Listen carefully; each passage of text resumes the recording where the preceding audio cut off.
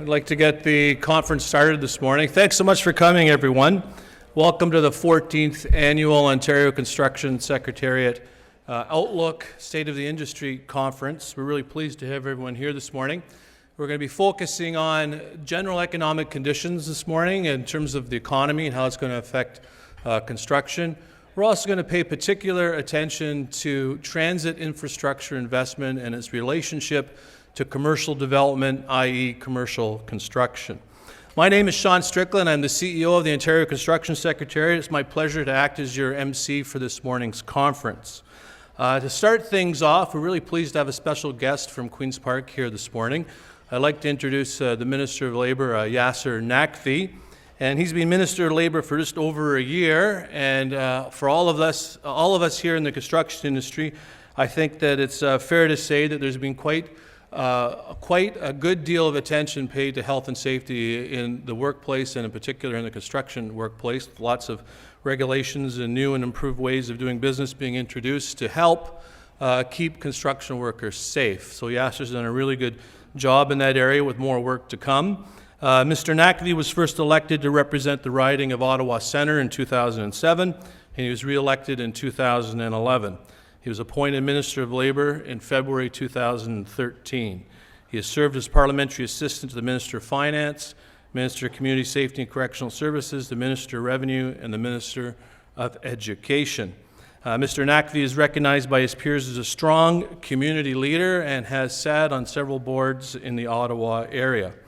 A champion for Ottawa, a champion for the province of Ontario, and a champion for Canada. It's my pleasure to introduce the Honourable Yasir Naqvi.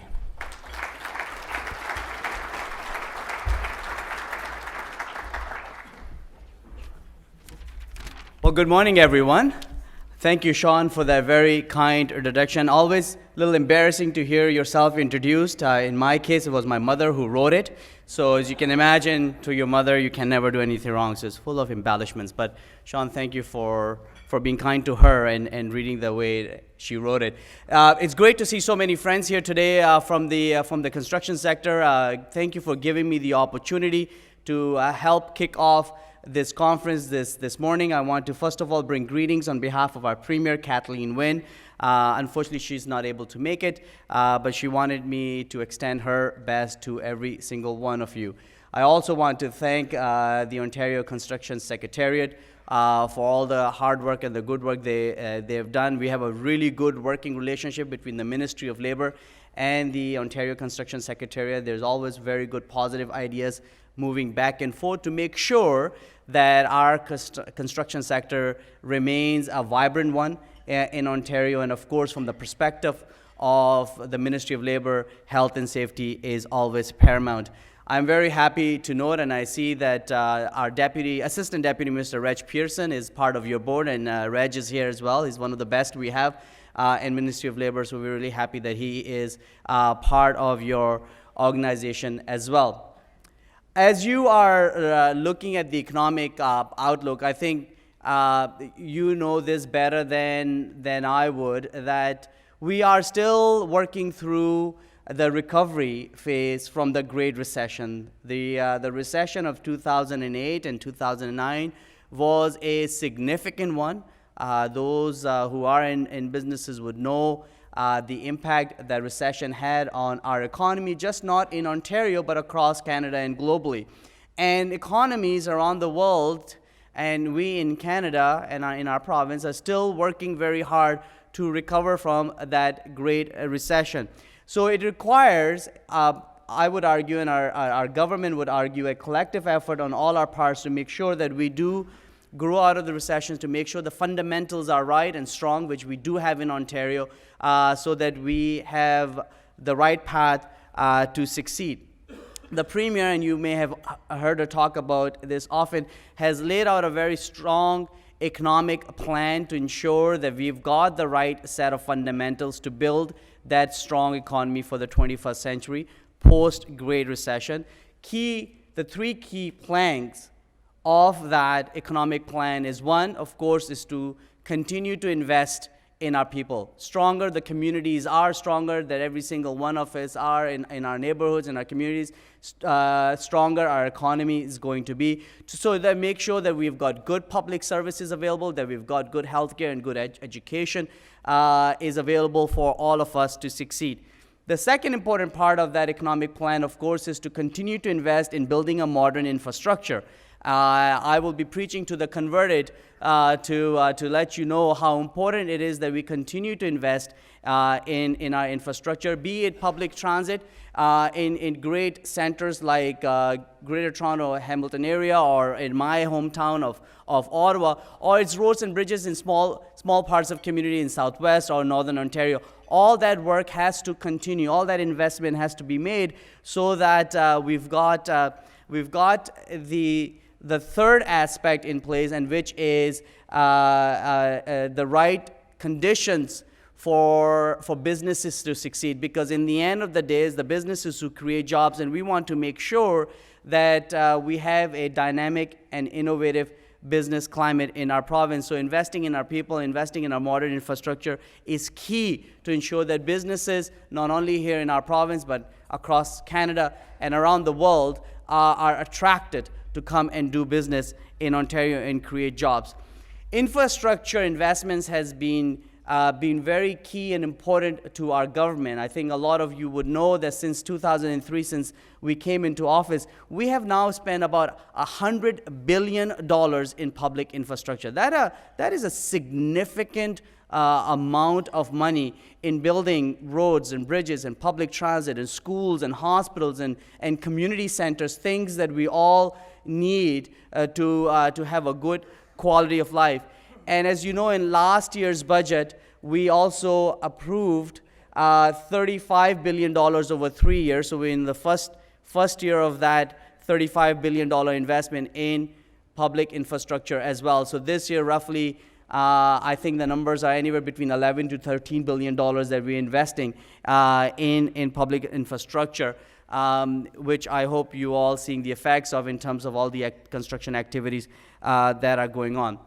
The last point I want to make is we all talk about productivity. We all talk about how important it is that our businesses and our labor force is best in the world and is productive. And one of the things that I have learned in my role as the Minister of Labor is that one of the key ingredients to a productive workforce is health and safety. That we need to make sure that our workers at all times are safe, that when somebody goes to work in the morning, goes to their shift in the morning, that they do come back home safely. It not only saves lives to make sure that workers are healthy, but for businesses, it's also your bottom line. More healthy workers means you are, as a business, more productive, and you have an opportunity to make more money. So as Sean said, we have been doing a lot of stuff over the last a couple of years, over the last year, since I've been a minister, in making sure that we've got all the right sets of instruments and tools available. The big arching theme is to change the culture around health and safety and put more focus on prevention. From the get-go, from the moment we even get to a work site, we need to make sure that all the right ingredients, all the right tools are there to keep workers safe. So the work that Tony Dean did in his and the advisory panel on how to transform Ontario's health and safety system, we are working vigorously in implementing all those recommendations. As you know, Ontario has a Chief Prevention Officer, George Gristiotis, who I work very closely with. We also have a Prevention Council, which is made up of leaders both from business and from unions and other worker groups to make sure that we are putting in all the right sets of principles in place to make prevention as a key driver. And three things I want to quickly mention that we rolled out just in the last few months as part of that strategy is one, an integrated health, safety, and prevention strategy, so that we are all sort of working from the same roadmap, so we all sort of kind of know what the path we want to go in, so we're not doing different things. That strategy was widely consulted. Prevention Council did a lot of work in putting that strategy together. I strongly encourage you, if you have not had the chance to look at that document, it's not a lengthy document, but I think it's an important document, to have a look at it, because it really allows all of us to see where we need to focus on and what's the path, what's sort of the priorities that we think that we need to work together on in getting together. Other big piece that we outlined was the mandatory awareness training for all workers and all supervisors in every single workplace. That will come into effect on July the 1st. The regulations are passed, but we're putting the material out today. It's already out. We're asking you to ensure that, of course, within the construction sector, you have higher obligations of health and safety training, but those who may not fit into that, your staff and those other businesses that you deal with have that mandatory awareness training also in place for their workers and supervisors. We're the first province, folks, to do that. Other provinces in Canada are looking at Ontario to see how this experience works. It is a significant step, and we need your cooperation to make it a success. Last piece that impacts you directly is that we recently issued the Working at Heights standard. We are starting with the construction sector first, but our aim is to apply that standard to all workplaces where workers work at heights, but we wanted to get those standards out as it relates to the construction sector. Again, I want to thank every single one of you, and like I said, I see a lot of familiar faces that we've been working very closely with in making all this happen. This is not a one-way conversation. This is a two-way dialogue. Your experience, your input is extremely helpful to us to make sure that we get all this right. So I once again thank you for a strong partnership. I once again thank you for being such a strong driver in growing our economy, and I look forward to continue working with you and making sure that we have the most healthy and safe construction sector in all of the world. Thank you very much, and have a great conference.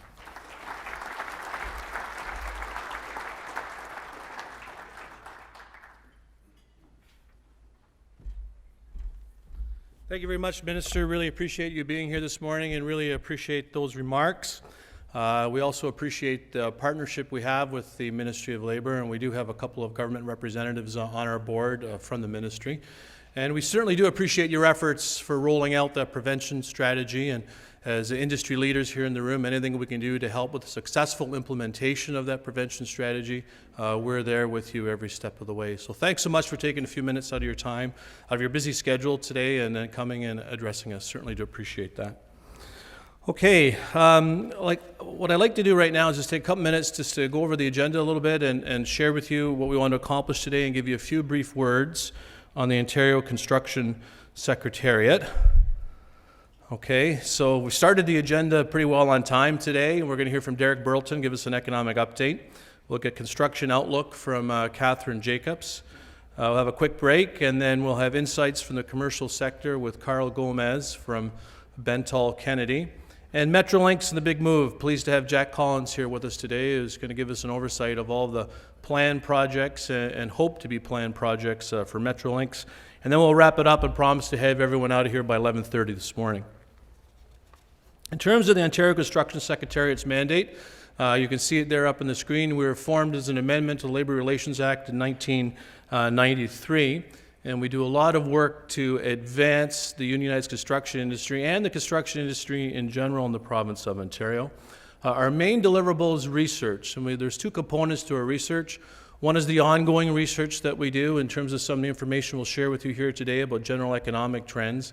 Then we also do research projects. We've done research projects on the underground economy, apprenticeship, and safety, just to name but a few.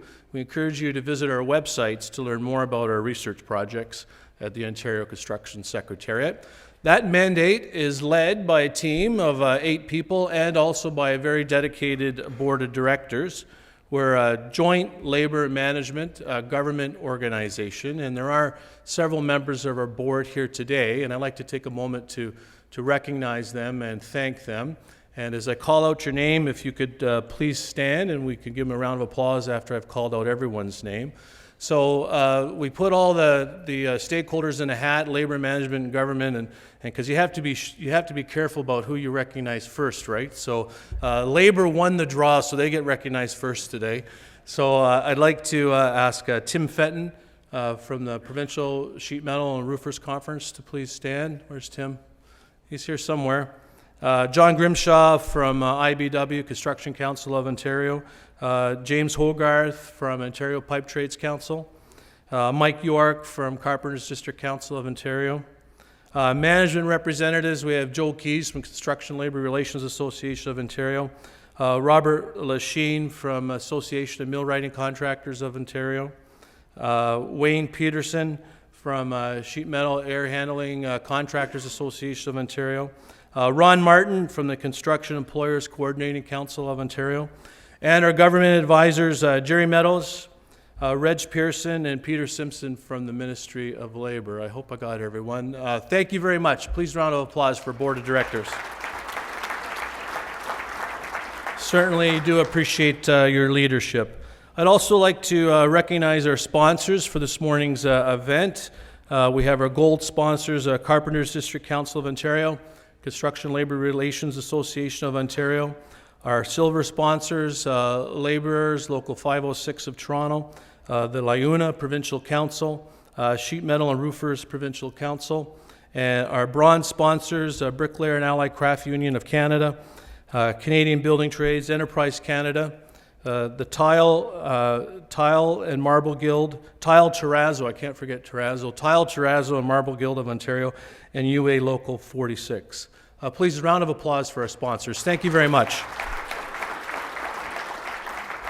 We're doing something a little bit different here this year. We are webcasting the conference, and so if you have some colleagues back at the office and you want to send them a note if they want to chime in and listen to some of the, or tune in or stream in, I guess, and to follow some of the proceedings here this morning, just go to our iciconstruction.com website, and we'll be there live streaming this morning. We also, and this is new to me, I'm not on Twitter. How many people in here are on Twitter? Well, there's quite a few, I guess. Yeah, I got to get with the times, I suppose. We do have a Twitter handle and it's not easy to say, so I got to kind of spell it. It's, if you say it, it says kind of sounds like Ontario Construction Sexy, but it's ONTCONSTSEC. So ONT Construct Sec. ONTCONSTSEC. So that's a Twitter handle if you want to get into the Twitterverse and let people know what we're doing here this morning. I also want to let everyone know that it'd be great if you take notes. There should be some capacity to take notes at your table here this morning, but we will be emailing all of the presentations to you after the conference. You'll also be able to visit our website and download the conference materials from there as well. I'd also like to make a special introduction to some young apprentices who have joined us here today. And every year we try to recognize some youth who are connected to the unionized construction industry in the province of Ontario. And this year we're pleased to have with us 20 apprentices from Local 721, ironworkers and rodmen from here in Toronto, and their coordinator, Clinton Knowlton. So if you please stand, guys, and be recognized. I think they're all guys. There we go.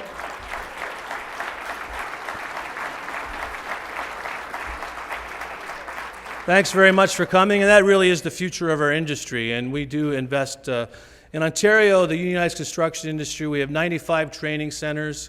We invest $40 million a year in apprenticeship training and journeyman upgrading. We deliver those programs in facilities that are worth approximately $300 million. So we have an ongoing commitment to apprenticeship training and journeyman upgrading, and thanks so much for coming, apprentices from 721. We have a broad cross-section of representation from the industry here today. I'd like to introduce you all, but I just have to be a little bit general in that area because of all of the people who are here, and they're all very much committed to this industry and leaders in their own right. So we appreciate you being here today. Representation from provincial construction trade associations, employer bargaining agents, employee bargaining agents, trade unions from across the province, contractors, regional construction associations, and owners. And I'd like to take a moment just to recognize some of the owners who are here today, large buyers of construction, really appreciate your interest in the Ontario Construction Secretariat and this event. We have representation here today from Bruce Power, City of Toronto, Exhibition Place, George Brown College, Metrolinx, Infrastructure Ontario, Loblaw Properties, Nova Chemicals, S&C Lavalin, St. Mary's Cement, Toronto Community Housing, TTC, Toyota Motor Manufacturing, Toyota Tsusho Canada, TransCanada, and Tridel, University of Toronto, and University of Toronto at Scarborough. So thank you very much to each of those owners for coming here today. From our industry, we have representation from as far northwest as Thunder Bay, and I think we have someone here from Windsor as well, and from Sarnia, and also into the Niagara Peninsula, and of course the GTA. So a broad cross-section from right across the province. We also appreciate the presence of media today to help us inform their readers and viewers, which includes our members and stakeholders, of the issues facing our industries. There are several representatives of the media here today. I'd like to thank you all very much for attending. So without further ado, I would like to shortly move to our next speaker. And I'm going to ask Joe Keys from Construction Labour Relations Association of Ontario, one of our sponsors, to introduce Derek.